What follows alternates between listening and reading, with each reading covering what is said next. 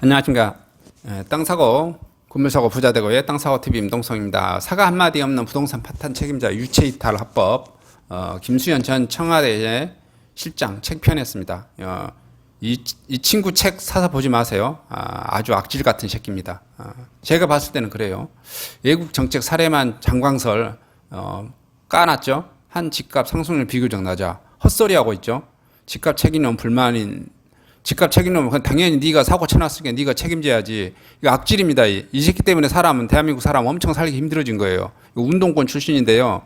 제가 봤을 때 결론부터 말씀드리겠습니다. 대한민국에 있는 그 운동권 출신들이 뭐 민주화를 위해서 일한 것은 뭐 어떤 적적 공적은 또 인정을 합니다만은 지금은 군사정권도 다 사라졌고요. 그래서 향후에 그 민주당 내에 또는 그 정의당 내에 있는 그 운동권 출신들 586 특히 공산주의적 사고방식을 가지고 있는 이 친구들, 그 다음에 그 국민의힘에도 있는 그 운동권 출신들 싹 다 퇴출시켜야 된다고 봅니다. 이 친구들이 국가를 하고 해서 나라를 완전히 개판으로 만들어 놨습니다.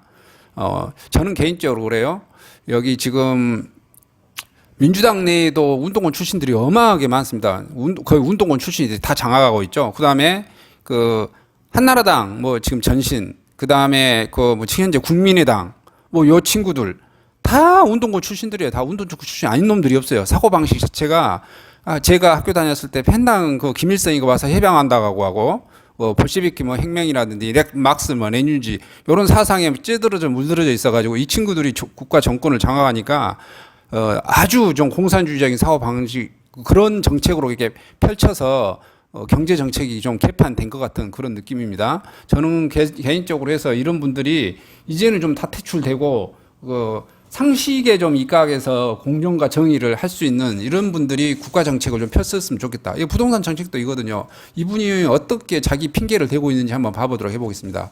김수현 전 청와대 실장, 이분은 노무현 대통령 때도 이거 부동산 정책을 총괄했고요. 문재인 정권 때도 부동산 정책을 총괄했어요. 근데 두 번 다 부동산을 다 폭등시켜놨습니다. 그래서 먹고 살기 힘들게 하고요. 사람들이 뭐 이제 누구는 또 그래서 부동산이 폭등돼서 돈을 또 왕창 챙긴 사람도 있겠죠. 어떤 사람들은 그래서 김수현이란 또 여러 운동권 출신들을 속으로는 좋아하면서 또 밖으로는 욕하고 그런 사람도 막 있을 거예요. 저 친구 때문에 돈 왕창 벌었다고 생각하고. 근데 이런 식으로 무리한 정책을 펼치다 보니까 망해 나간 사람도 엄청 많다는 거예요. 돈 번 사람도 많지만 망해 나간 사람도 엄청 많습니다. 한번 봐보도록 해보겠습니다. 김수현 전 청와대 실장이 또 부동산 관련 책을 출간했는데요. 집에 갇힌 나라, 동아시아와 중국이라는 제목입니다. 싱가포르, 홍콩, 대만, 일본, 중국 등 여러 이웃 나라의 주택 정책에 관해 정강선을 풀어낸 책이 폭등한 한국 집값에 대해 구체적인 언급을 얻습니다. 지 책임은 면피하는 거죠. 거꾸로 경제협력개발기구나 OECD 부동산 가격 분석 업체인 글로벌 프로퍼티 가이드 자료를 인용해 한국의 집값 상승률이 다른 나라와 비교해 낮은 편이라고 강조합니다. 미친 소리하고 자빠졌죠. 그래서 한국의 집값에 대한 내용은 없으나 본인이 초래한 주택정책 실패에 대한 사과도 없습니다. 미친놈이에요. 지가 여기 해가지고 대한민국 국민들 지금 다 힘들게 만들고 또 있는 사람도 세금으로 오지게 뜯어내가고 있고 국민들을 적폐의 대상으로 바라보고 있고 뭐 부동산 가지고 있는 사람들은 아마 뭐 2채 이상 가지고 있는 사람 마치 쳐 죽여야 되는 그런 식의 그 2채 이상 가지고 있는 사람은 다 범죄자 취급하고 있는 이런 정권이 이상한 정권이지 않는가를 저는 개인적으로 생각합니다. 책 날개에 저자 속에 딱 한 줄 너무 오른 집값에 대해 책임감을 느끼고 있다.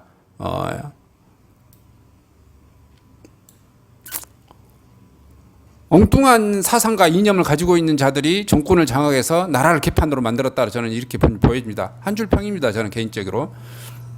그래서 이런 그 586 이런 그 운동권 출신들의 작용화된 사상에 의해서 경제정책을 펼치니까 그 국민들이 먹고 살기가 힘들어진 겁니다. 그래서 이들은 뭐 제가 봤을 때는 정의당, 민주당, 뭐 그 다음에 한나라당 안에 있는 이런 모든 사람들이 다 퇴출시켜야 된다고 저는 개인적으로 생각합니다. 586은 뭐 여야를 막론하고 싹 다 퇴출시켜야 된다고 저는 개인적으로 생각해요. 눈길을 끄는 부분이 책 말미에 356쪽의 내용입니다.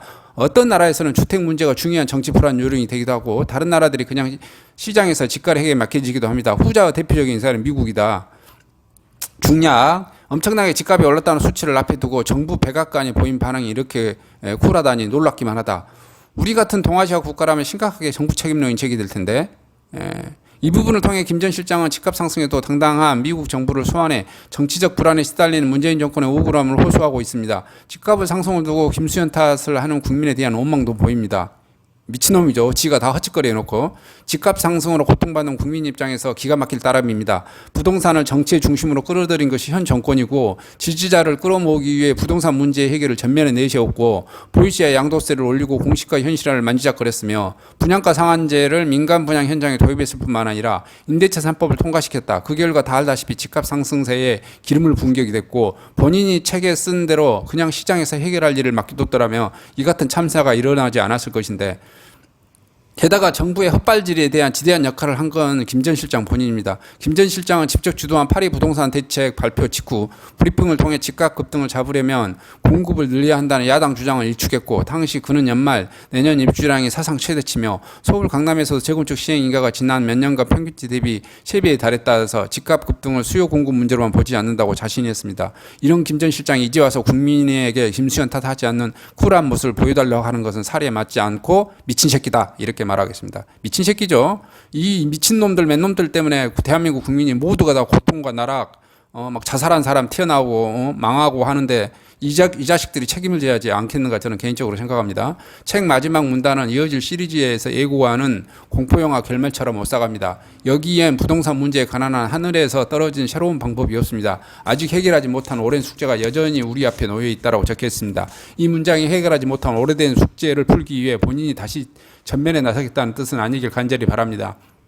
김 전 실장은 본인이 실패로 끝난 참여정부의 부동산 대책의 주도자이자 현 정권은 부동산 정책의 이반자임을 잊지 말아야 합니다. 김 전 실장이 지금 먼저 해야 할 일은 두 번의 실패 원인은 무엇이고 이 두 번의 실패 원인이 뭐냐면 노무현 정권 때 문재인 정권 때 이거 말한 거죠. 이놈 때문에 그냥 아주 모두가 고통스럽게 지금 되어지는 겁니다. 물론 일부는 부동산이 폭등해서 돈을 챙겨서 땡큐 하는 사람도 많이 있습니다. 제 주변에도 제가 나주에 살고 있는데 문재인 지지하시는 분들 강남에 아파트 가지고 있고 20억 샀는데 40억 됐다고 몇 년 만에 2, 3년 만에 40억 됐다고 막 땡큐 해주는 사람도 많이 있더라고요. 근데 그런 사람들은 몇 명 안 되고 쉽게 말해서 고통을 하고 일반 중산층들이 더 힘들어간 것은 사실입니다. 그로부터 얻을 수 있는 교육이 무엇인지 처절하게 고찰과 반성을 하는 것이다. 김동훈 기자께서 잘 알고 있는 그냥 내용을 쓴 겁니다. 어쨌든 그냥 저는 개인적으로 그냥 이렇게 판단합니다. 이런 운동권 출신들의 그 사고 방식 자체가 이들이 국가를 운영하면 딱 하나입니다. 딱 하나. 제가 보기에는 이 운동권들이 국가를 운영하는 뭐다. 빵을 생산하려고 하는 게 아니라 생산된 빵을 어떻게든지 그 가진 자들한테 뺏어가지고 가난한 자들한테 나눠주겠다라고 하는 이러한 정치 철학밖에 없는 친구들입니다. 이런 친구들 때문에 국가가 더욱더 제가 보기에는 나락으로 좀 떨어지는 것 같은 그런 생각이에요. 이런 것은 제가 봤을 때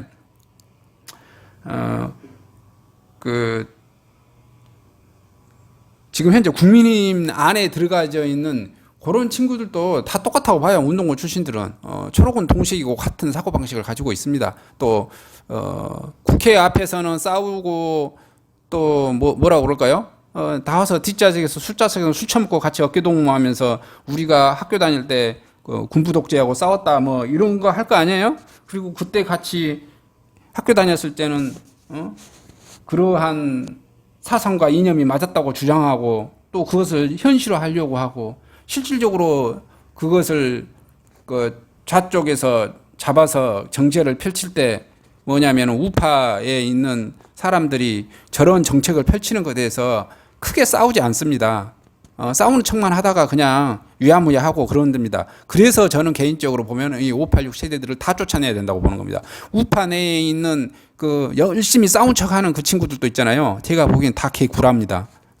그래서 그냥 좌파 우파를 떠나서 저는 생각했을 때서 상식적인 사고 방식을 가진 사람들, 그런 사람들이 좀 대한민국을 국정을 좀 운영해 갔으면 좋겠다는 생각입니다. 그래야 부동산 정책도 좀 그렇고 경제 정책도 좀 그렇고 다른 모든 사회 정책, 노동 정책도 어느 정도 좀 맞아떨어지지 않는가라는 그런 생각을 저는 개인적으로 좀 해봅니다.